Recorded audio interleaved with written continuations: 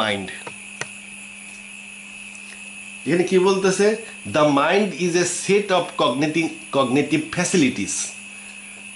Mind কি? Set of cognitive facilities including, সে কি ইনক্লুড করে? কনসাসনেস, চেতনা, ইমাজিনেশন, কল্পনা, পারসেপশন, ধারণা, থিঙ্কিং, চিন্তা, জাজমেন্ট, বিচার, ল্যাঙ্গুয়েজ, ভাষা, মেমোরি, স্মৃতি। এই জিনিসগুলা একটা ফ্যাসিলিটি যেগুলো ইনক্লুড করে, এইগুলাকে ইনক্লুড করে। মাইন্ড ইজ এ ফ্যাসিলিটি, যা এই ফ্যাসিলিটির মধ্যে কি কি আছে? Consciousness, imagination, perception, thinking, judgment, language and memory, সব জিনিসই আছে আর কি মাইন্ডের মধ্যে। Which is হাউসড in the brain, ব্রেনের মধ্যে এটা হাউস করা, ব্রেনের মধ্যে আছে, এই জিনিসগুলো ব্রেনের মধ্যে আছে। Sometimes including the central nervous system. Central nervous system হইল ওই ব্যাকবোনের মধ্যে দিয়ে যে নার্ভগুলা গেছে একদম নিচ পর্যন্ত, সেই নার্ভগুলা এবং তার সাথে তার থেকে যে অনেক নার্ভ বেড়েছে, এইগুলাকে বলা হয়, মিলে বলা হয় সেন্ট্রাল নার্ভাস সিস্টেম। এই ব্যাকবোনের ভিতর দিয়ে যে সাদা যে রগগুলা গেছে ওইটা আর কি central nervous system, brain. It is usually defined as the faculty of entities thought, চিন্তার ফ্যাকাল্টি অ্যান্ড কনসাসনেস। এটা চিন্তা এবং চেতনা, চিন্তা এবং চেতনা এই দুইটা জিনিসই এটা মেইনলি করে। It holds the power of imagination, কল্পনা করতে পারে, রিকগনিশন, পরিচয় করতে পারে, অ্যাপ্রিসিয়েশন করতে পারে, responsible for processing feeling and emotion, feeling এবং ইমোশন ক্রিয়েট করে সে, resulting in attitude and actions. এই যে ইমোশন, যে একটা লোকের ইমোশন, রাগী লোক, রেজাল্টিং অ্যাটিটিউড, রাগী লোকের যে ইমোশন, রাগী যে লোক রাগী, তার অ্যাটিটিউড রাগী অ্যাটিটিউড হবে, অ্যাকশনটাও রাগী হবে। আর ঠান্ডা লোক হইলে ইমোশন, ফিলিং অ্যান্ড ইমোশন যদি ঠান্ডা টাইপের হয়, তাহলে অ্যাটিটিউডও হয়ে যাবে ঠান্ডা, অ্যাকশনও হবে ভালো। তা যাই হোক, এই ইমোশনের মধ্যে ইমোশন, এই ইমোশনের সাথে ইমোশনটা কয় প্রকার ও কী কী এটা এখানে দেখানো হয়েছে। এখানে ইমোশন দেখানো মেইনলি ইমোশন হইল কি? লাভ, ভালোবাসা, সাবমিশন, আশ্চর্য হয়ে যাওয়া, তারপরে বিভিন্ন 8 রকমের মূল ইমোশন আছে, 8 রকমের। এই 8 রকমের মূল ইমোশন, এইটার এই মিক্সচার হচ্ছে আমাদের বিভিন্ন রকমের ইমোশন হইতে পারে। যেমন ভয়, ভালোবাসা একসাথে হইতে পারে, তখন একটা অন্য ধরনের ইমোশন হয়ে যায়। মূল ইমোশন 8 রকম: জয়, ট্রাস্ট, ফিয়ার, সারপ্রাইজ, তারপরে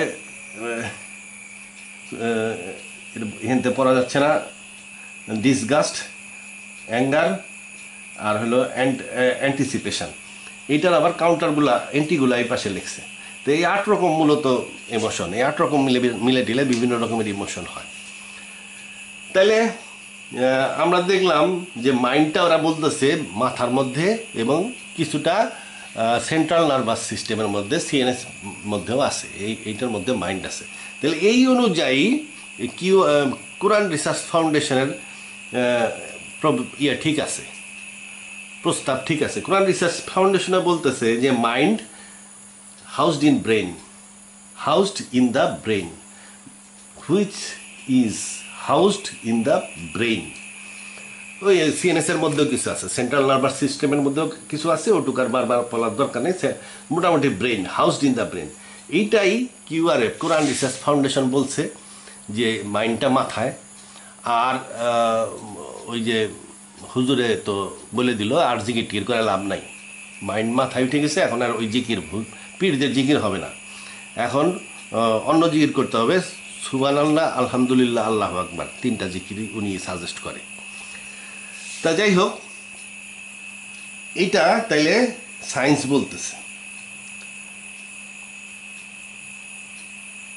আচ্ছা, এর মধ্যে সায়েন্সের মধ্যে তো আবার বিভিন্ন রকমের লোক থাকে। এই সিএস লুইস একজন বৈজ্ঞানিক, নাম করা বৈজ্ঞানিক, যারা এই লাইনে পড়াশোনা করছে তারা ওনার নাম জানে, সিএস লুইস, নিউরোসায়েন্টিস্ট। সে বলতেছে if minds are wholly dependent or brain, মন যদি শুধু ব্রেনের উপরেই হইতো, and brains in the biochemistry, brain চলে কিসে? বায়োকেমিস্ট্রিতে চলে, কেমিস্ট্রিতে চলে। বায়োটা বাদ দেন, কেমিস্ট্রি আর কি, বিভিন্ন পদার্থের সংমিশ্রণে যে বিক্রিয়াগুলো হয় কেমিস্ট্রিতে চলে। বায়োকেমিস্ট্রি, কেমিস্ট্রি একই জিনিস। Brains on biochemistry and biochemistry on meaningless flux of atoms. Biochemistry কি? রাসায়নিক বিক্রিয়া কি? ওই সময় নানান রকমের অ্যাটম বকবকাইতে থাকে, বকবকায় নতুন ধরনের অ্যাটম তৈরি হয়, বা কম্পাউন্ড তৈরি হয়, বা বিভিন্ন রকমের পদার্থ তৈরি হয়। The meaningless flux of atoms. তাহলে ব্রেন কি করতে পারে? এই বায়োকেমিস্ট্রির কারণে ওই একটা বিক্রিয়া করে একটা অ্যাটমের ফ্লাক্স তৈরি করতে পারে। I cannot understand how the thought of this minds should have any more significance. তাহলে এই থটগুলো এত সিগনিফিকেন্ট কেন?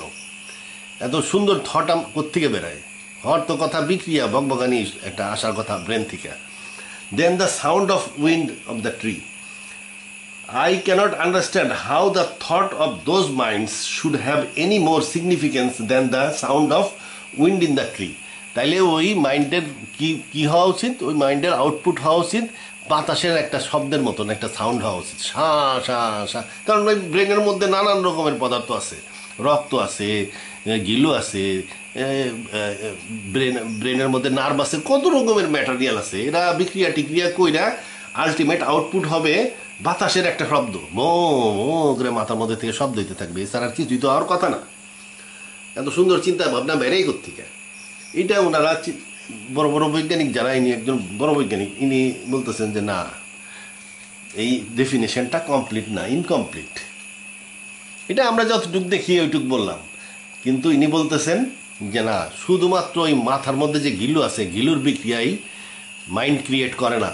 যদি করতো, গিলুর বিক্রিয়ায় যদি মাইন্ড হইতো, তাহলে ওটা একটা বাতাসের ভো ভো শব্দ ছাড়া আর কিছুই হইতো না, ওর মধ্যে থট বের হতো না।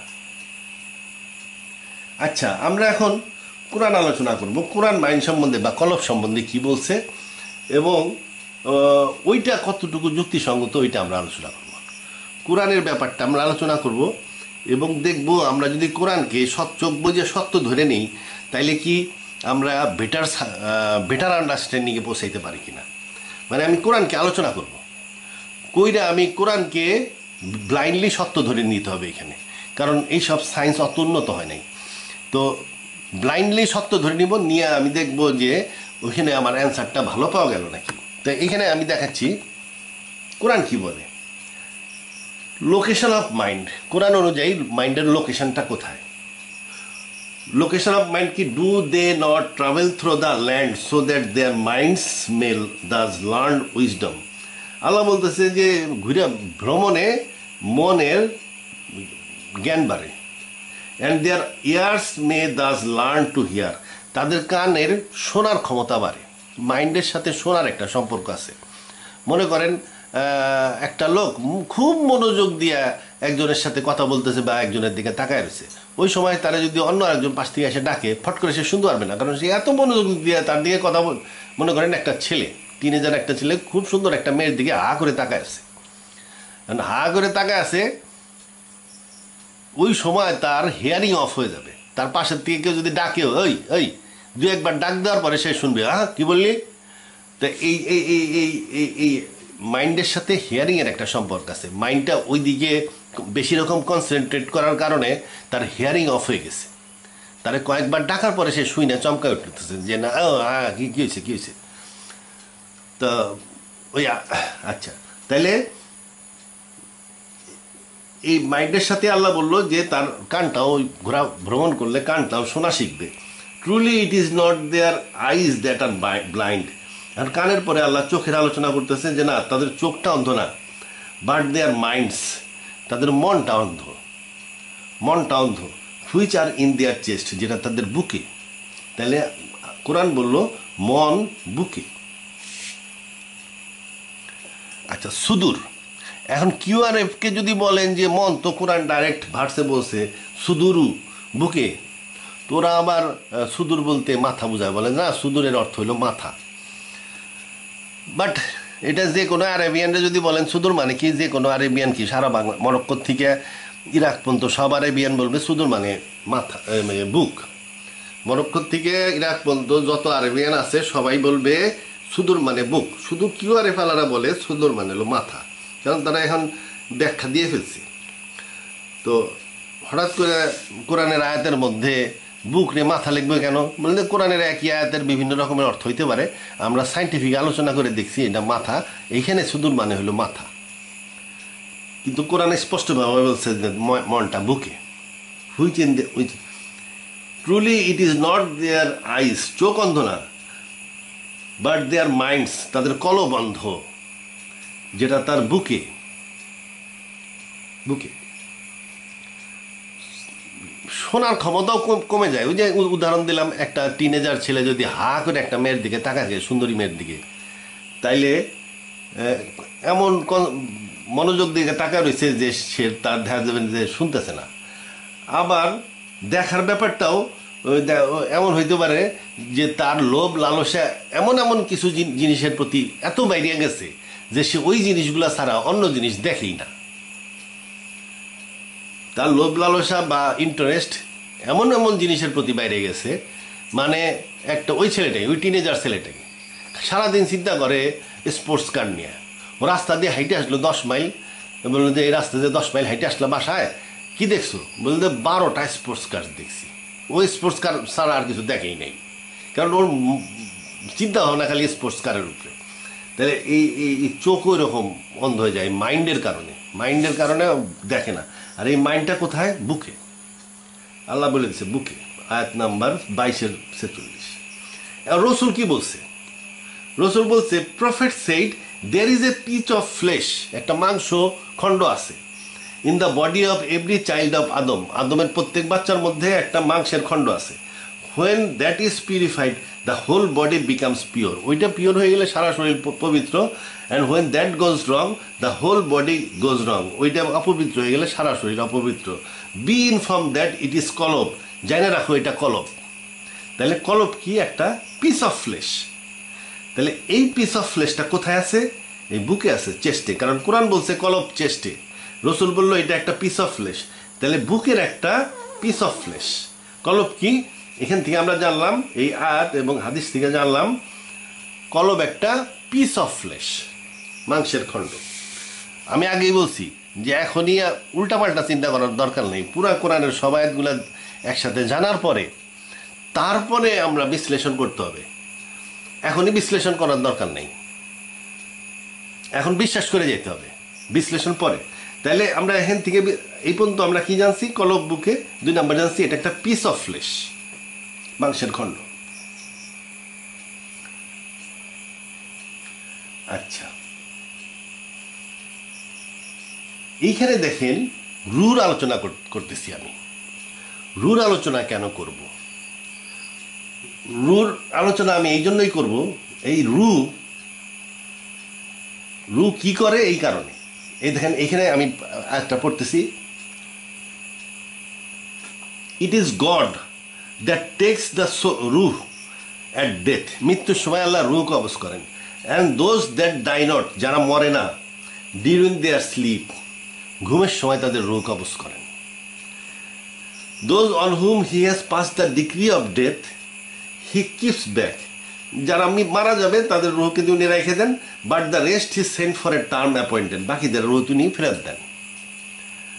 Verily in this are sign for those who reflect, তাইলে আল্লাহ ঘুমের সময় রুহ কবজ করেন মানুষের, এটাই আয়াতে বলছে। গড টেক্স দ্য রুহ at death and those that die not during their sleep, God takes the রুহ ডিউরিং দেয়ার স্লিপ, ঘুমের সময় Allah, God that takes the রুহ ডিউরিং দেয়ার স্লিপ, ঘুমের সময় আল্লাহ রুহ কবজ করেন। তার মানে এখানে আমার রুহ আলোচনাটা আসতেছে কেন? কারণ আমরা জানি এইখানে চেতনা, কনসাসনেস, মাইন্ডের সাথে কনসাসনেস জড়িত। থট অ্যান্ড কনসাসনেস, থট এবং কনসাসনেস এই দুইটা মূল কাজ করে মাইন্ড। তাহলে একটা ঘুমন্ত মানুষের, একটা জাগরিত মানুষের মধ্যে পার্থক্য কি? একটা ঘুমন্ত মানুষের এবং জাগরিত মানুষের মধ্যে পার্থক্য হলো, ঘুমন্ত মানুষ চিন্তা করে না, তার থট নাই, এবং ঘুমন্ত মানুষের কনসাসনেস নাই, তার চেতনা নাই। তাহলে ঘুমন্ত মানুষের এই দুইটা নাই। আর আল্লাহ বলতেছে যে আমি তার রুহ ঘুমের সময় কবজ করি। তার মানে ওই রুর সাথে এই থট এবং কনসাসনেসের একটা যোগাযোগ থাকতে পারে। থট এবং কনসাসনেস, এটা এই বৈজ্ঞানিকরা বলতেছে থট এবং কনসাসনেস মাইন্ডের কাজ। এবং আমরা দেখতেছি ঘুমের সময় এই থট অ্যান্ড কনসাসনেস থাকে না। এবং আমরা আরও দেখতেছি ঘুমের সময় আল্লাহ রূহ কবজ করে। তার মানে এই রুর সাথে থট অ্যান্ড কনসাসনেসের একটা সম্পর্ক থাকতে পারে। এই জন্যই আমরা রুকে আলোচনা করব। হয়তো সে থট এবং কনসাসনেসের সাথে জড়িত, তাইলে যদি যে সত্যি থট এবং কনসাসনেসের সাথে জড়িত হয় তাইলে সে মাইন্ডের একটা এলিমেন্ট হয়ে যাবে। এই রুটা তখন মাইন্ডের এলিমেন্ট হিসাবে ধরতে হবে, কারণ মাইন্ডই আমাদের থট এবং কনসাসনেস দান করে। মাইন্ড আমাদের কি দান করে? থট এবং কনসাসনেস দান করে। তাহলে থট এবং কনসাসনেস যদি মাইন্ড দান করে তাহলে রু তার সাথে জড়িত হয়ে যাবে। আমরা জানি মাইন্ড একটা পিস অফ ফ্লেশ বা কলব একটা পিস অফ ফ্লেশ বুকের মধ্যে। আর এখন আমরা দেখতেছি যে এই মাইন্ডের সাথে এই রুও জড়িত আছে, কারণ ঘুমের সময় রু কবজ করা হয়। আর যখন রু দেওয়া হয় তখন একটা মানুষ জায়গা ওঠে। জায়গা ওঠা মানে কি? চিন্তা শুরু করে। চোখ খুলুক আর না খুলুক, সে চিন্তা শুরু করলেই তার ঘুম শেষ হয়ে গেল এবং সে জায়গা উঠল। এই যে মনে করেন আদমরে যখন আল্লাহ সৃষ্টি করছিল তখন আল্লাহ তার নফস দিয়েই তৈরি করছিল। নফস আমি অন্য ভিডিওতে আলোচনা করব, নফস এখানে আলোচনা করতেছি না। নফস একটা মানুষের দুইটা আত্মা, একটা হলো রু, একটা হলো নফস। নফস হলো মানুষের মূল আত্মা। নফস সারা শরীরে ছড়ানো। নফসকে ভ্রূণ অবস্থায় দেওয়া হয় এবং মৃত্যুর সময় কবজ করা হয়। নফস মানুষের মূল আত্মা, অন্য ভিডিওতে আলোচনা করব। রু হচ্ছে একটা স্পেশাল আত্মা যেটা আল্লাহ ফুৎকার করে দিয়েছিল। তাহলে স্পেশাল আত্মা মানুষকে শুধু দেওয়া হয়েছে ফুৎকার করে। কেমনে? আদমরে যখন আল্লাহ সৃষ্টি করলো, সেই ছোট থেকে বড় করে বিরাট করে আদমরে সৃষ্টি করছে। আদমের কিন্তু নফস ছিল, সে জীবিত, কিন্তু তার চেতনা নাই, সে ঘুমাচ্ছে। আদমের চেতনা নাই, তার নফস সব আছে, কিন্তু আদমের চেতনা আসতেছে না। তখন আল্লাহ নিজের থেকে রূহ ফুৎকার করে দিল। যখন আদমরে রূহ ফুৎকার করে দিল তখন আদমের চেতনা আসলো। সে উঠে বসার চেষ্টা করলো। ফেরেশতারা বলল, এই প্রাণীর বড়ই তাড়াহুড়া। এটা আমরা হাদিস থেকে জানি। আবার আমরা কি দেখি, একটা বাচ্চা হয়, বাচ্চা হওয়ার সময় কত চাপের মধ্যে হয় এবং কত কষ্ট হয়, কিন্তু বাচ্চাটার কিন্তু সেন্স থাকে না। যতই কষ্ট হোক না কেন বাচ্চাটার কোনো সেন্স নেই। বাচ্চাটা কিছুক্ষণ জন্ম হওয়ার ওই 10-15 সেকেন্ড পরে ঝাঁকিটাকি দিয়ে থাপ্পড় দিলে তারপরে দেখা গেল সে করে কান্দে উঠছে। এই যে কান্দে উঠলো তার মানে তার চেতনা আসলো। কেন আসলো? আল্লাহ তাকে ওই মুহূর্তে রুটা ফুৎকার করে দিচ্ছেন। জন্ম হওয়ার সময় তার নফস ছিল, নফস তো ভ্রূণ অবস্থায় দেওয়া হয়েছে, কিন্তু তার রুটা ছিল না। জন্ম হওয়ার কিছুক্ষণ পরেই 10-15 সেকেন্ডের মধ্যে আল্লাহ রু ফুৎকার করে দিল, আর বাচ্চাটা চিৎকার করে কান্দে উঠলো, কারণ তার চেতনা আসছে এবং তখন সবাই খুশি। ইয়েস, তাহলে আল্লাহ রু ফুৎকার করে দেন। তাহলে মানুষের আত্মা দুইটা, একটা আল্লাহ ফুৎকার করে দেন এবং আর একটা হইল পার্মানেন্ট, মানে মেইন আত্মা। নফস হইল মেইন আত্মা। তাহলে এই রুটা আবার শুধু ফুৎকার করে দেন আল্লাহ, তাই না, প্রত্যেকবারে যখন একটা মানুষ ঘুমায় তখন এই রুটাকে তিনি কবজ করেন, আবার ঘুম শেষ হইলে ফেরত দেন। তার মানে কি? এই ঘুম থাকলে মানুষ, এই রুটা থাকলে মানুষ ঘুমাইতেই পারবে না। এই মানুষকে চেতনা দিয়ে রাখবে। আদমরে যেমন চেতনা দিছিল, বাচ্চাকে যেমন চেতনা দিছিল, এখন এই চেতনা দানকারী রুহ, কনসাসনেস দানকারী রুহ, এই লোকটাকে তো ঘুমাইতে দিবে না। তাহলে এই লোকটা যদি ঘুমাইতে হয় ওই রুটাকে বাইর করে নিতে হবে। আমি আবার বলি, আদম ঘুমাচ্ছিল, তার চেতনা নাই, আল্লাহ ফুৎকার করে রু দিয়ে দিল, তার চেতনা আসলো। এখন আদম 10 ঘন্টা কাম করে টায়ার্ড, বিছনায় শুয়ে ঘুমাবে, ও তো ঘুমাইতে পারবে না, ওর মধ্যে রু আছে, সে চেতন করে রাখে। তখন আল্লাহ কী করে? রুটারে উঠায় নেয়, আস্তে আস্তে আদম ঘুমায় যায়। তাহলে রুর সাথে কনসাসনেস জড়িত, যেটা সায়েন্টিস্টরা বলতেছে মাইন্ডের সাথে জড়িত। কনসাসনেস, থট দুটো একই জিনিস। মানুষ চিন্তা শুরু করলেই কনসাসনেস আসছে বলে আমরা ধরে নিই। সে দেখুক, চোখ খুলুক আর না খুলুক, যেই একটা মানুষ সারা রাত ঘুমায় সকালবেলা মনে মনে চিন্তা করতেছে যে এখন উঠবো, ওইটা অফিসে যাব, এই যে চিন্তা শুরু করলো তার মানে তার চেতনা চলে আসছে। দুইটা আসলে একই জিনিস। তাহলে এই চেতনার সাথে মাইন্ড জড়িত, আর আমরা দেখতেছি কোরআন অনুযায়ী চেতনার সাথে রু জড়িত। তাইলে আমাদের রুকে আমাদের মিশাইতে হচ্ছে এই মাংসপেশির সাথে, পিস অফ ফ্লেশের সাথে রুকে আমরা মেশাইতে হবে। তাহলে এটা শুধু পিস অফ ফ্লেশ না, এই আয়াতের ভিত্তিতে বলতে হবে মাইন্ড কি, piece of flash in the chest as well as রু। রু, piece of flash in the chest, এই তিনটা জিনিস মিলা হয়তো কলব হয়, আচ্ছা, বা মন হয়। তাহলে এই রুটা কি, হোয়াট ইজ রু, এটা আমি আলোচনা করব। আমি এটা অনেক ভিডিওতে আলোচনা করছি, তাও এখন আবার আলোচনা করি। হোয়াট ইজ রু, এই যে সোল, এই যে সোল, এটা একটু সংক্ষেপে দেখাই দিই। আত্মা, slide show from the beginning. এই যে সোল, সোল কি, হোয়াট ইজ সোল বা রু, they ask thee concerning the রু, রু সম্বন্ধে জিজ্ঞেস করে। সে দ্য রু is command of my lord, আমার প্রভুর আদেশ। Of knowledge it is only a little that is communicated to you.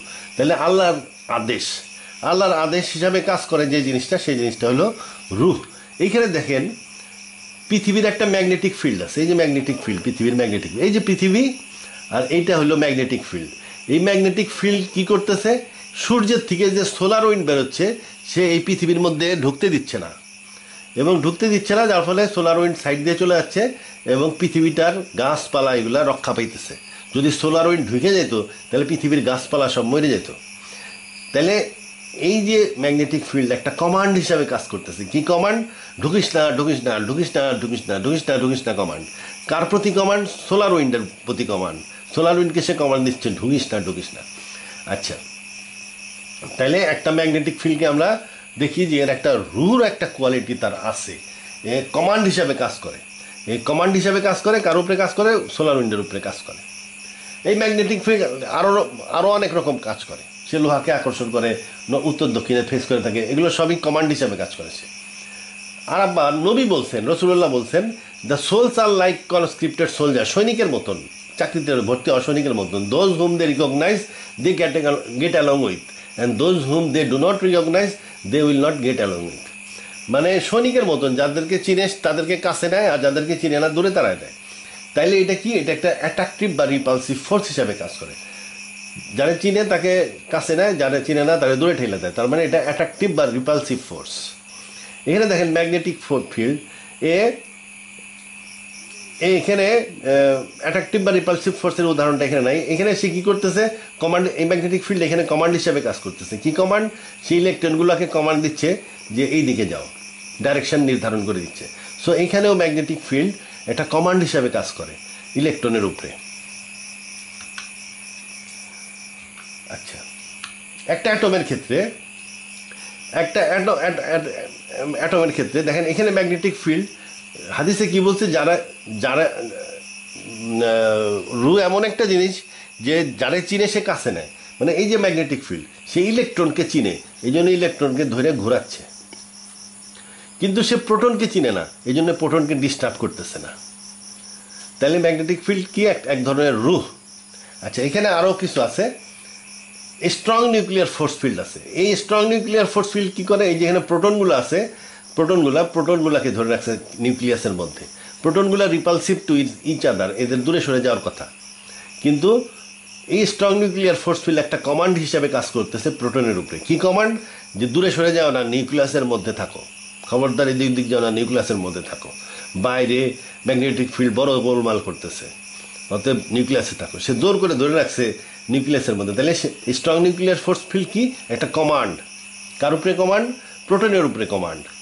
R electromagnetic force field কি, একটা কমান্ড। কার উপরে কমান্ড, ইলেকট্রনের উপরে কমান্ড। এই সার্কেল ধরে করো, সার্কেল ধরে করো, সার্কেল ধরে করো, এই হলো কমান্ড। আর আছে উইক নিউক্লিয়ার ফোর্স ফিল্ড, তিনটা, এই কিছু ব্যালেন্স মেনটেন করে। তাহলে এই তিনটাই তিন ধরনের রুহ। তাহলে রুহ আর আমরা দেখতেছি যে রুহ আর এই ফোর্স ফিল্ড একই জিনিস। বৈজ্ঞানিকরা যেটাকে রু বলে, এটাকে সায়েন্টিস্টরা ফোর্স ফিল্ড বলে। অতএব একটা সিম্পল সোল বা এলিমেন্টারি সোল, রু একটা এলিমেন্টারি সোল। এলিমেন্টারি সোল মানে লোহা একটা এলিমেন্ট, এটার মধ্যে ভাঙলে টুকরা টুকরি করলে খালি লোহাই পাওয়া যাবে। যেমন ম্যাগনেটিক ফিল্ড, ওটার মধ্যে শুধু ম্যাগনেটিক ফিল্ডই আছে, ওটা ডিভাইড করলে ম্যাগনেটিক ফিল্ডই পাওয়া যাবে, অন্য কোনো রকম কিছু পাওয়া যাবে না। Strong nuclear force field, elementary soul. তাহলে এই একটা এলিমেন্টারি সোল বা রু can be defined as a design force field that work as a command to the subordinate particle. এখানে সাবঅর্ডিনেট পার্টিকেল মানে ইলেকট্রন প্রোটন নিউট্রনের উপরে কমান্ড হিসাবে কাজ করতেছে। তাহলে আমরা বলতে পারি যে এ রু can be defined as a design force field. Design force field, particular design force field that work as command. তাহলে আমরা দেখলাম ওইগুলো তিন ধরনের রু। তাহলে মানুষকে যে আচ্ছা তিনটাই আমরা তাহলে দেখলাম রু। তাহলে মানুষকে যে আল্লাহ রু দিছে এই ধরনের কিছুই হবে। বৈজ্ঞানিকরা আবিষ্কার করছে এরকম তিন ধরনের রু আবিষ্কার করছে। এই তিনটাই কিন্তু বৈজ্ঞানিকরা আবিষ্কার করছে। আর একটা আবিষ্কার করছে গ্র্যাভিটেশনাল ফোর্স ফিল্ড। এই চার ধরনের ফোর্স ফিল্ড এখন পর্যন্ত বৈজ্ঞানিকরা আবিষ্কার করতে পারছে। আচ্ছা, যদি 4 ধরনের ফোর্স ফিল্ড আবিষ্কার করে থাকে, আরও অনেক ধরনের 40 বা 400 ধরনের ফোর্স ফিল্ড আছে যেটা বৈজ্ঞানিকরা আবিষ্কার করতে পারে নাই। 4টে যদি আবিষ্কার করে থাকে নেচারের মধ্যে থেকে, তাহলে আবিষ্কৃত কার করতে পারে নাই আরও অনেক আছে। যদি দেখা যায় সমুদ্রের মধ্যে 10 রকমের ব্যাকটেরিয়া আবিষ্কৃত হয়েছে, তাহলে বুঝতে হবে সমুদ্রের মধ্যে আরও 1000 রকমের ব্যাকটেরিয়া আছে যেটা নাকি আবিষ্কৃত হয় নাই। সেরকম এই ইউনিভার্সে দেখা গেল যে বৈজ্ঞানিকরা আবিষ্কার করছে 4 রকমের ফোর্স ফিল্ড। তাহলে কি ধরে নিতে হবে যে এই ইউনিভার্সে আরও 4000 রকমের ফোর্স ফিল্ড আছে যেটা এখনো আবিষ্কারই হয়নি। তাহলে মানুষের রু একটা বিশেষ ধরনের ফোর্স ফিল্ড হবে যেটা আবিষ্কৃত হয় নাই। এটাও এক ধরনের ফোর্স ফিল্ড যেটা আবিষ্কৃত হয়নি। তাহলে মানুষের রু আমরা বুঝলাম মোটামুটি একটা ফোর্স ফিল্ড জাতীয় জিনিস যেটা আবিষ্কৃত হয়নি। আচ্ছা, এটা তাহলে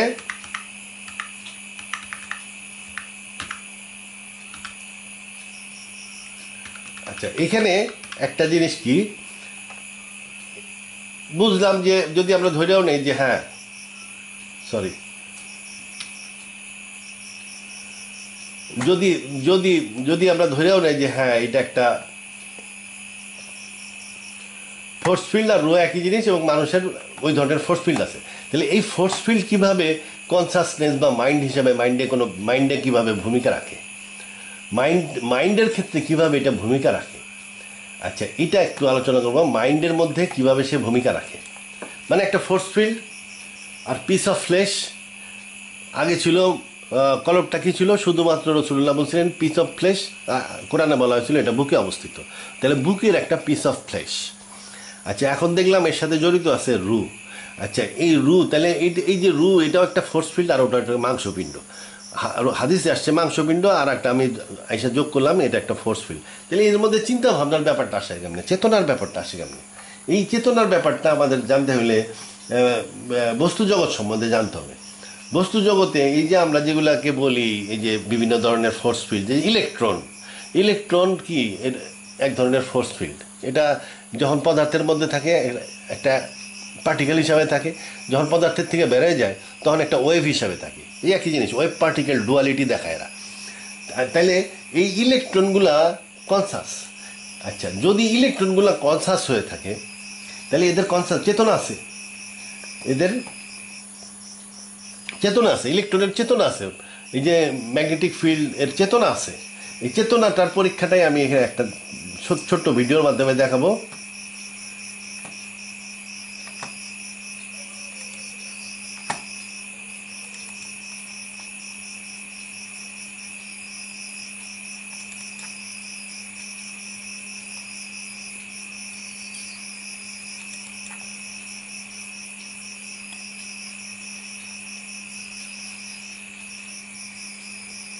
Quantum.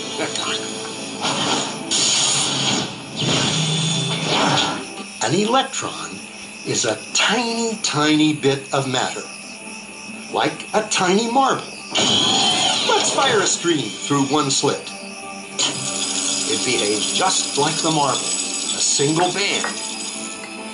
So, if we shoot these tiny bits through 2 slits, we should get, like the marbles, 2 bands. What? An interference pattern. We fired electrons, tiny bits of matter through. But we get a pattern like waves, not like little marbles.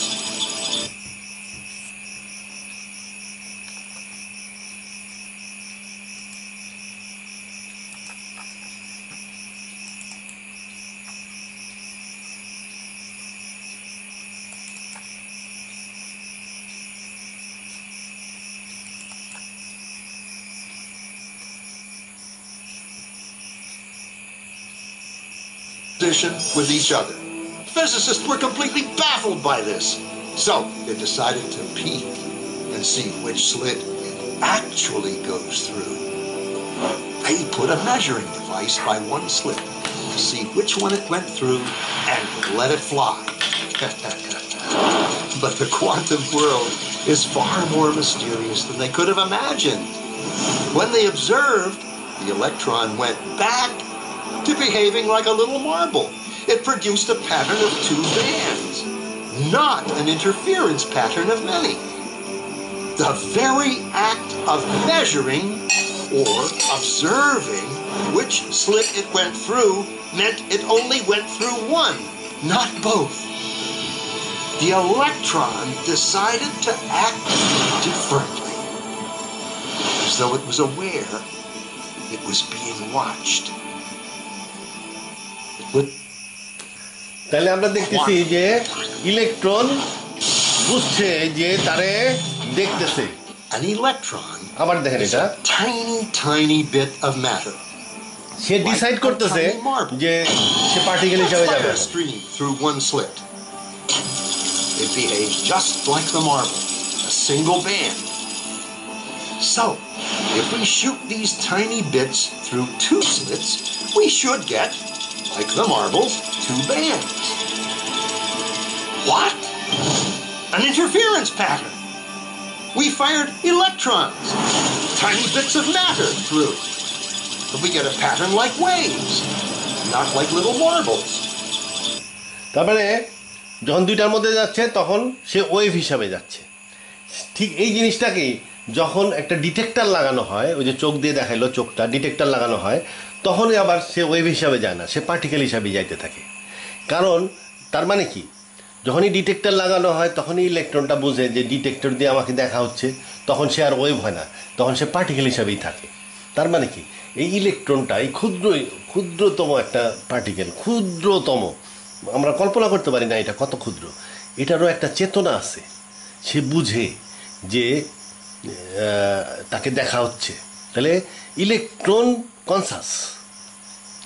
আচ্ছা, এখন এই আমি বলছি যে force field যে 4 রকম আবিষ্কার হয়েছে, তাছাড়াও আরও অনেক রকমের ফোর্স ফিল্ড থাকতে পারে যেটা বৈজ্ঞানিকরা আবিষ্কার করে নাই, এবং তাদের বিভিন্ন রকমের কনসাসনেস থাকতে পারে, চেতনা থাকতে পারে। এই ধরনের একটা রুল যেটা আল্লাহ আমাদেরকে ফুৎকার করে দিয়েছেন, যার একটা কনসাসনেস আছে। সেই কনসাসনেসটা কি, আল্লাহর ফুৎকার করে দেওয়ার যে রুটা, এটার 2টা কনসাসনেস আছে। তার সর দুঃখ এবং সুখ, এই ইমোশনটা তার রুর আছে। এই ইমোশনটা শুধুমাত্র মানুষেরই আছে, এইটা স্পেশাল ইমোশন, সুখ এবং দুঃখ, এইটা রু রিলেটেড ইমোশন। 10টা ছাগলের মধ্যে একটা ছাগল যদি আপনি জবাই করে খাই ফেলেন, বাকি 9টা ছাগল দুঃখিত হয় না, ভয় পায়। ভয় নফস রিলেটেড ইমোশন, কিন্তু দুঃখিত হয় না, কারণ এটা রু রিলেটেড ইমোশন, এবং ছাগলের রু নাই, রু শুধু মানুষের আছে। তার মানে আমাদের এখন বলতে হবে যে হ্যাপিনেস অ্যান্ড জয়, এই 2টা ইমোশন রু রিলেটেড ইমোশন। তাছাড়াও এই রুটা কী করে, চেতনা দেয়। আদম রেসে জাগায় তুললো, এবং যতক্ষণ পর্যন্ত রু থাকবে সে আদম আর ঘুমাইতে পারবে না। তাহলে কনসাসনেসও দিচ্ছে। তাহলে রু নিজে কনসাস, এবং সে মানুষকে জাগায় তুলে কনসাসনেস দেয়, এবং তার 2টা ইমোশনও আছে, হ্যাপিনেস অ্যান্ড জয়। আচ্ছা, তাহলে আমরা আর একটু দেখি আরও কী পাওয়া যায় কোরআন থেকে। তাহলে কোরআন থেকে আমরা জানতে পারলাম যে ঘুমন্ত অবস্থায় রু থাকে না, তার মানে জাগরণিত অবস্থায় রু থাকে, তার মানে রু আমাদেরকে চেতনা দান করে। এবং আমরা ইসলামিক ইয়ের থেকে এটাও জানি যে রু শুধু মানুষেরই আছে, গরু ছাগল ভেড়া এগুলার রু নাই, শুধু নফস আছে। এই জন্য যেহেতু তাদের আনন্দ এবং দুঃখ ভেড়া ছাগলের মধ্যে দেখা যায় না, ভেড়া ছাগল কান্দেও না, আবার খুশি হলে হাসেও না। তাইলে বোঝা গেল যে এই 2টা ইমোশন, হ্যাপিনেস অ্যান্ড জয়, এটা রু রিলেটেড ইমোশন। তাহলে কনসাসনেস অ্যান্ড রু রিলেটেড হ্যাপিনেস জয় এগুলোর রুট থেকে আসে। আচ্ছা, আরও আছে, and among his signs is the sleep that you take by night. তার আল্লাহ বলতেছে যে ঘুম নিয়ে চিন্তা করো, and seeking of his bounty, এবং সিকিং অফ ঘুম ঘুম ঠিক মতন না হইলে মানুষ তো তার বাউন্টি, আল্লাহর বাউন্টি ঠিক মতন খুঁজতে পারবে না। মা চোখে ঘুম নিয়ে তো সে বিভিন্ন জিনিস দেখবে না, ভালো মতন দেখবে না, এবং তার বাউন্টি খুঁজতে পারবে না। Verily is a sign who hears, sign for those who hears, যে শুনে। তাইলে এই রেস্টের সাথে শোনার একটা সম্পর্ক আছে, এবং স্লিপ এবং শোনা। তাহলে স্লিপ যেহেতু, তার মানে এটা রুর সাথে সম্পর্কিত, এবং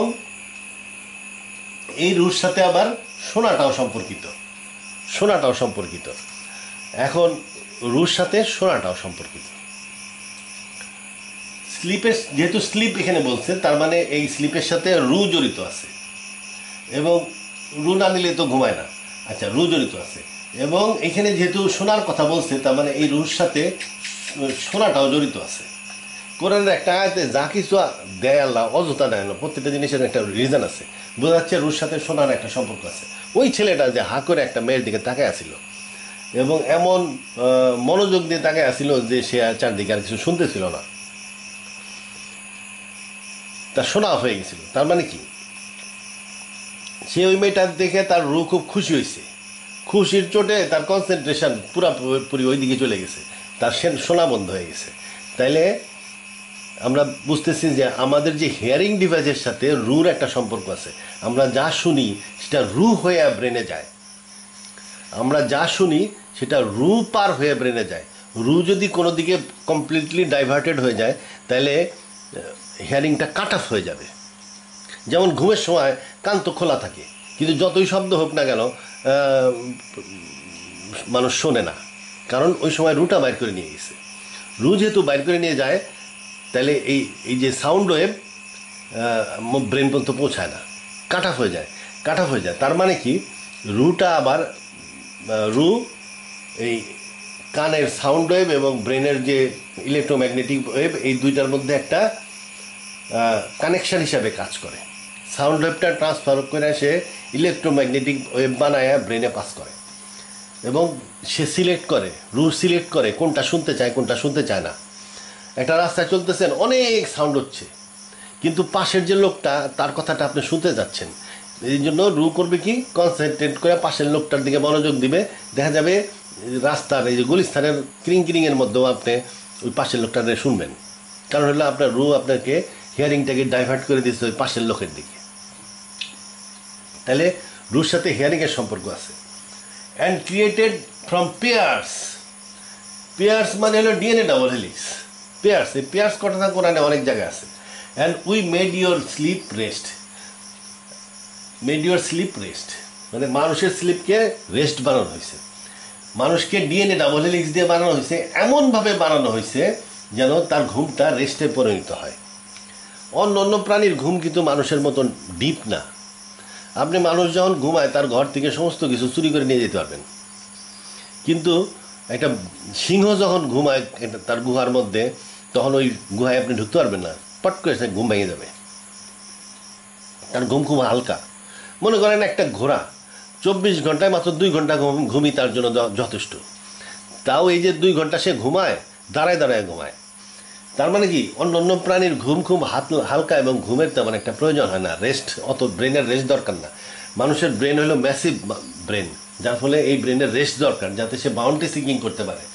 তাইলে আল্লাহ কি বলতেছে, তোমার ডিএনএ দিয়ে এমনভাবে বানাইছি যেন ঘুমের সময় তুমি আনডিস্টার্ব থাকতে পারো।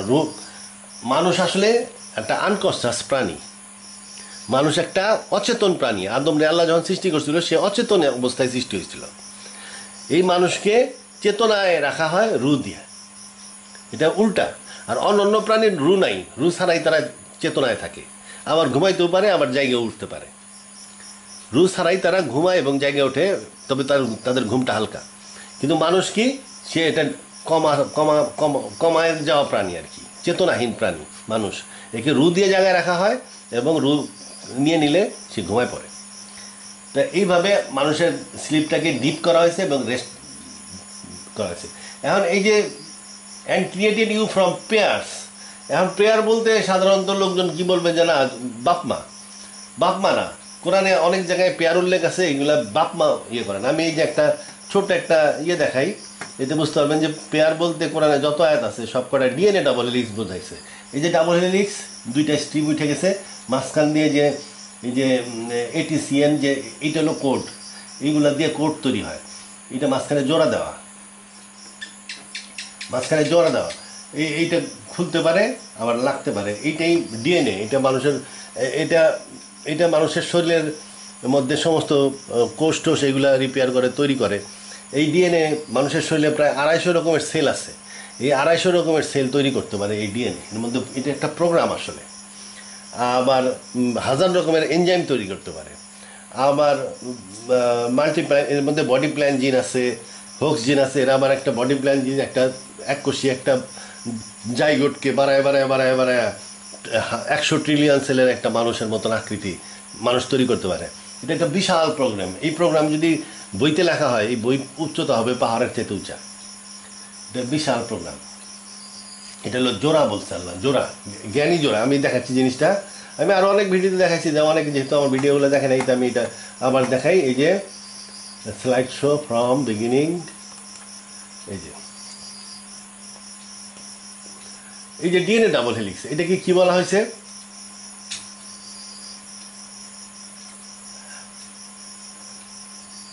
এটাকে কোরআনে অনেক আয়াতে জোড়া বলা হয়েছে। এই যে ডিএনএ ডাবল হেলিক্স, এটাকে জোড়া বলা হয়েছে। Glory to God who created all things that the earth produces.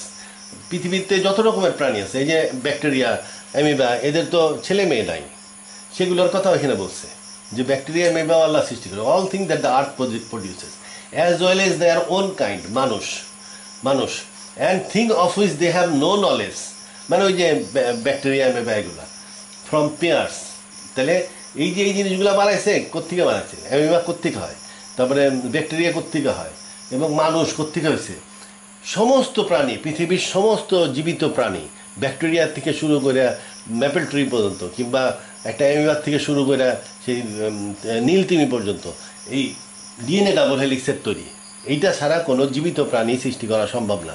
আল্লাহ তাই বলতেছে, glory to God who created all things that the earth produces as well as their own kind and thing of which they have no knowledge from pair, জোড়ার থেকে। এই যে pair.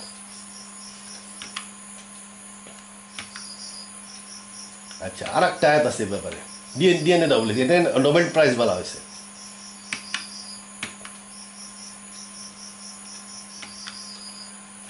And the scattered through it beasts of all kinds. We send down rain from the sky, all from noble pair. Min kulle jauzin karim. এই আয়াতটা অবশ্য আপনি কোরআনে এইভাবে পাবেন না, এটা হলো ওয়ার্ড টু ওয়ার্ড ট্রান্সলেশন। এই আয়াতটা যেহেতু লোকজন বুঝতে পারে না, ডিএনএ সম্বন্ধে ডাবল হেলিক্স সম্বন্ধে ধারণা নাই, মানে ট্রান্সলেটররা এটা ঘুরায় ফিরে এমনভাবে লেখে যেন এই পেয়ার বলতে পুরুষ মহিলা বোঝায়।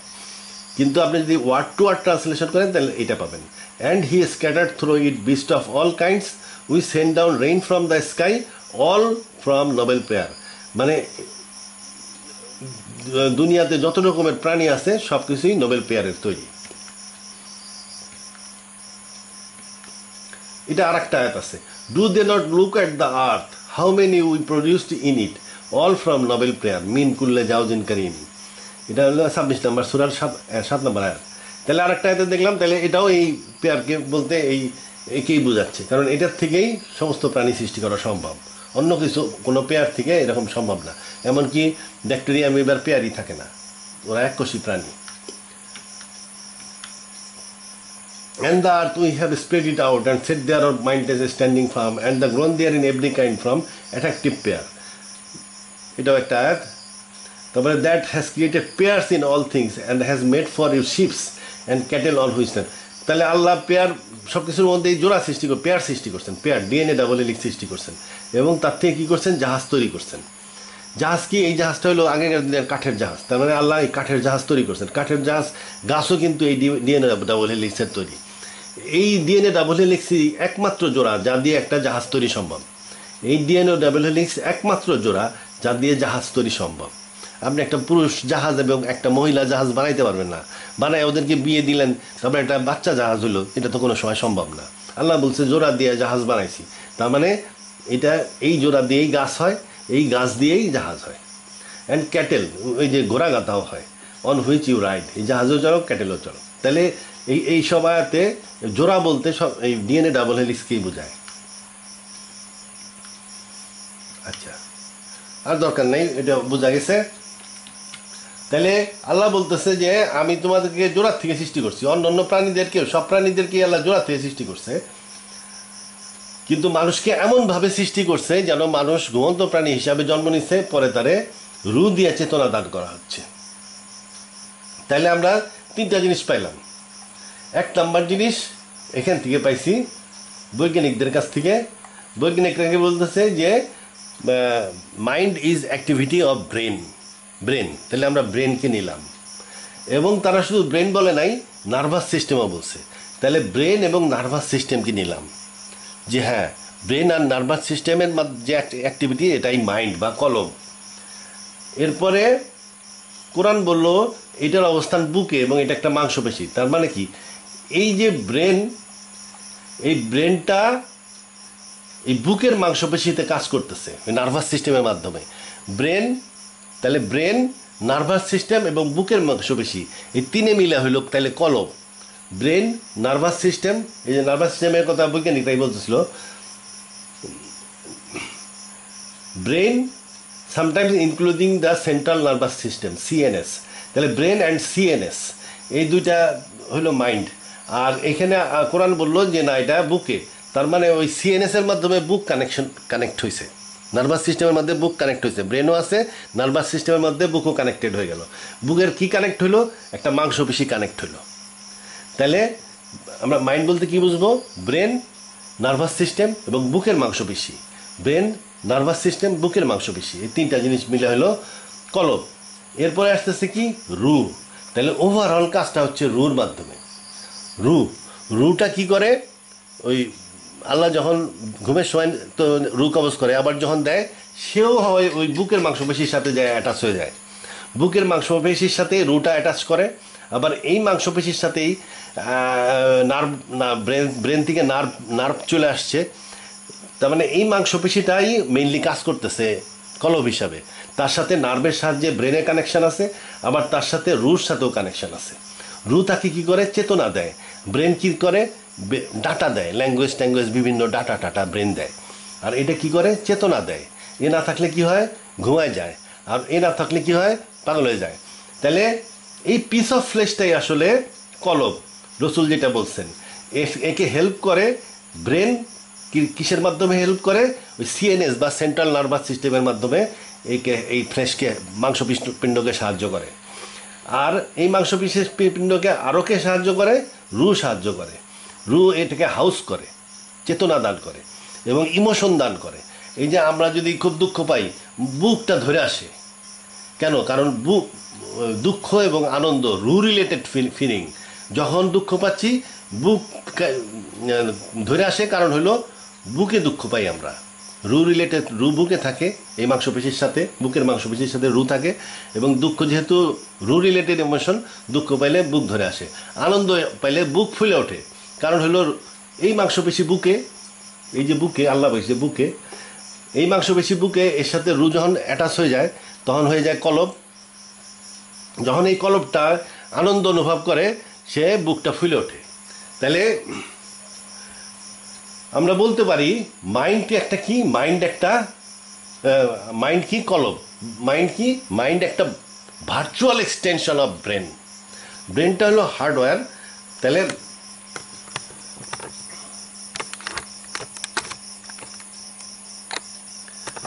তাহলে মাইন্ডকে আমরা বলতে পারি কি? 4টে জিনিস মিলে হলো মাইন্ড হয়।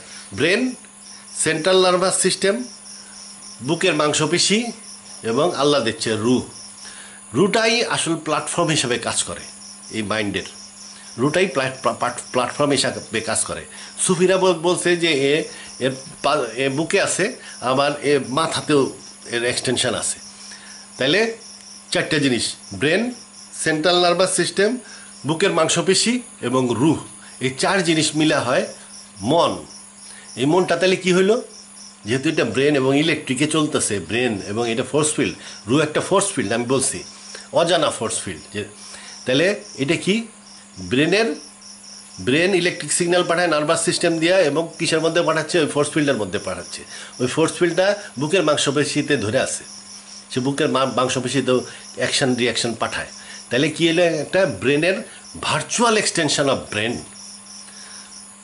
মাইন্ড বা কলব হচ্ছে virtual extension of brain, created out of brain, nervous system, বুকের মাংসপেশি এবং রুহ। এই চারটা জিনিসের মাধ্যমে একটা ভার্চুয়াল ব্রেন তৈরি হয়েছে। এই ভার্চুয়াল ব্রেনকেই আমরা রুহ বলি।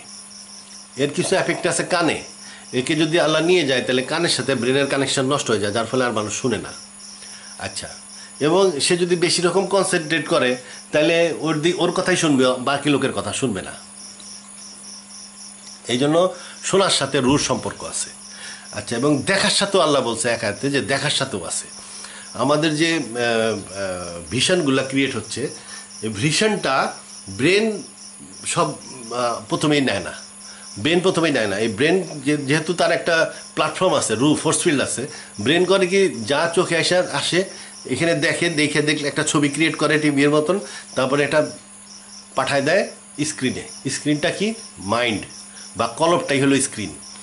চোখ দিয়া একটা ভিশন আসলো, ওই দেখা যায় গ্রাম, ওই দেখা যায় তাল গাছ, ওই আমাদের দেখলাম, ওই ভিশনটা আসলো, চলে গেল এখানে, সে ছবি ক্রিয়েট করলো।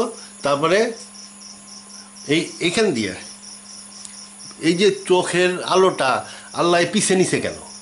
আল্লাহ তো এইখান দিয়েই ডাটা প্রসেসিং করে ভিশন বানাইতে পারতো। আল্লাহ কী করছে, এখান থেকে এই চোখের আলোটা এই মাথার পিছনে যায়, যার ফলে সে একটা ভিশন ক্রিয়েট করে। ওই ভিশন ক্রিয়েট করে মাথার পিছনে যায়, এইখান থেকে সেন্ট্রাল নার্ভাস সিস্টেম নেমে গেছে, এই যে ব্যাকবোন দিয়ে পট করে কাছেই আছে, ব্যাকবোন দিয়ে পাঠায় দেয়া এই যে ভিশনটা আসলো বুকে কি আছে, ফোর্স ফিল্ড, রুহ এবং মাংসপিণ্ড, এর মধ্যে ছবিটা পাঠায় দিল, এবং ভিশন ক্রিয়েট হলো আমার মনে। আমি মন দিয়ে দেখতেছি যে আরে ওই দেখা যায় তাল গাছ, ওই আমাদের গা, ওখানে হয়তো কিছুই দেখা যাচ্ছে না, কিন্তু আমার মনে মনে কল্পনায় অনেক কিছুই আমি দেখতেছি, কারণ আমার ব্রেন আমার অ্যাড করে দিচ্ছে ওই সিনের সাথে। তাইলে এইটা হবে, এটা একটা লজিক্যাল এক্সপ্লেনেশন আমার কাছে মনে হচ্ছে। একটা জিনিস, মানুষের ব্রেন খুব বেশি হইলে সারা পৃথিবীতে আছে 96 রকমের মৌলিক পদার্থ। ওই 96 রকমের মৌলিক পদার্থ দিয়ে তার ব্রেন হয় নাই, অনেক কম দিয়ে হয়েছে। ম্যাগনেশিয়াম, ক্যালসিয়াম, এই জাতীয় জিনিস কিছু আছে এখানে। আপনি যতভাবেই সাজান না কেন, কল্পনা করতে পারবে না, এর মধ্যে কল্পনা সৃষ্টি হবে না।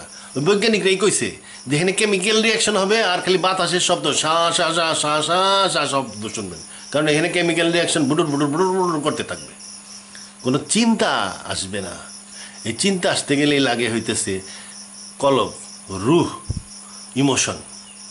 ওই ইমোশন আপনাকে বলবে যে ওই ব্রেন চিন্তা কর, ওই দেখ, ওই যে টিনেজার, ও ওই রাস্তায় মেয়েটাকে দেখছে, ওর ইমোশনটা এখন মেয়ের দিকে ব্রেনকে ডাইভার্ট করে দিবে, চোখ টোক সব ডাইভার্ট করে ওই মেয়েটার দিকে তাকায় থাকবে, কারণ ওই ইমোশনটাকে ব্রেনকে ডাইভার্ট করে ওই ছেলেটাকে ওই মেয়েটার দিকে নিয়ে যাচ্ছে। আর বড় একটা বয়স্ক লোক, তার অন্য কাজ আছে, সে হয়তো ওই যে ইমোশন, সুখ এবং দুঃখ, এই ইমোশন ব্রেনকে ডাইভার্ট করে তার যে কাজ, সেই কাজের দিকে মনোনিবেশ করাই দিবে। আচ্ছা, এর মধ্যে আরও অনেক জ্ঞান আছে, আমরা ক্ষুদ্র জ্ঞান বুঝি না, তবে আমরা কয়েকটা জিনিস কোরআন থেকে স্পষ্টভাবে পাইছি। এক নাম্বার হইল, বিজ্ঞানিকরা বলতেছে ব্রেনের মধ্যেই মাইন্ড আছে। ওটা বিজ্ঞানী লাগে না, ওটা যে কোনো ছাগল পাগল মানে যে ব্রেনের মধ্যেই মাইন্ডটা আছে। আমাকে বাসায় যে আলম আছে, আলমও জানে যে ব্রেনের মধ্যেই মাইন্ডটা হবে, কিন্তু কোরআন আরও ইনফরমেশন দিচ্ছে কি, এটা বুকে। রসুল বলল কি, এটা একটা মাংসপেশি। আর কি বলল, কিছু ডাটা আল্লাহ দিয়ে দিছে, যখন রুহ দেই তখন তোমার চেতনা থাকে, তুমি চিন্তা করতে পারো। রুহ নিয়ে গেলে তুমি ঘুমায় পড়ো, তুমি কিন্তু চিন্তা করতে পারো না। তোমার শোনার সাথে মনোযোগ, যেদিকে তুমি খুশি সেই দিকে তুমি মনোযোগ দাও, তোমার শোনাটা ওই দিকে ডাইভার্ট হয়ে যায়, অন্য জিনিস তখন আর তুমি শোনো না। গুলিস্থানের ক্রিংক্রিংয়ের মধ্যেও তুমি তোমার বান্ধবীর কথা স্পষ্ট শোনো। এইসব জিনিস আল্লাহ বলছে যে রুর অ্যাকশনটা কি। তাহলে আমরা একটু এইটুক তো বুঝতে হবে যে আত্মা বলে একটা কিছু আছে, যেটা রু। এই আত্মা ছাড়া এই ব্রেন একটা কিছুই না। হার্ড ডিস্ক, তাও একটা ফসা ধরনের হার্ড ডিস্ক। ওর চাইতে এইটারও একটা দাম আছে, আমার ব্রেনের কোনো দামও নাই। গিলু, গরুর গিলু 500 টাকা কেজি, এটার একটা দাম আছে, এটার দাম 800 টাকা। এটা এই হার্ড ডিস্কের দাম। কিন্তু গরুর গিলুর দাম হলে 500 টাকা। আমার এটা গিলু বাজারে নিয়ে বেচলে 500 টাকা কেজি বেচে যাব। তাও যদি জানতে পারে যে এটা মানুষের গিলু, কেউ কিনবে না। এটা গিলু, এটারে কাজ করায় কি? রু, অজানা ফোর্স ফিল্ড। আল্লাহ ডাইরেক্টলি নিজ তরফ থেকে ফুৎকার করে দিছে, এটা আল্লাহর থেকে আসছে, আর কোনো পারেনি এটা নাই, শুধু মানুষকে আল্লাহ দিছে। ওই রুকে ঠিক রাখতে হবে, ব্রেনের মধ্যে ভালো ডাটা ফিডিং করতে হবে, যেন এই যে মনের ক্যামেরায় যেন বা মনের টেলিভিশনে যেন আজে বাজে ছবি না আসে। আল্লাহ হাফেজ।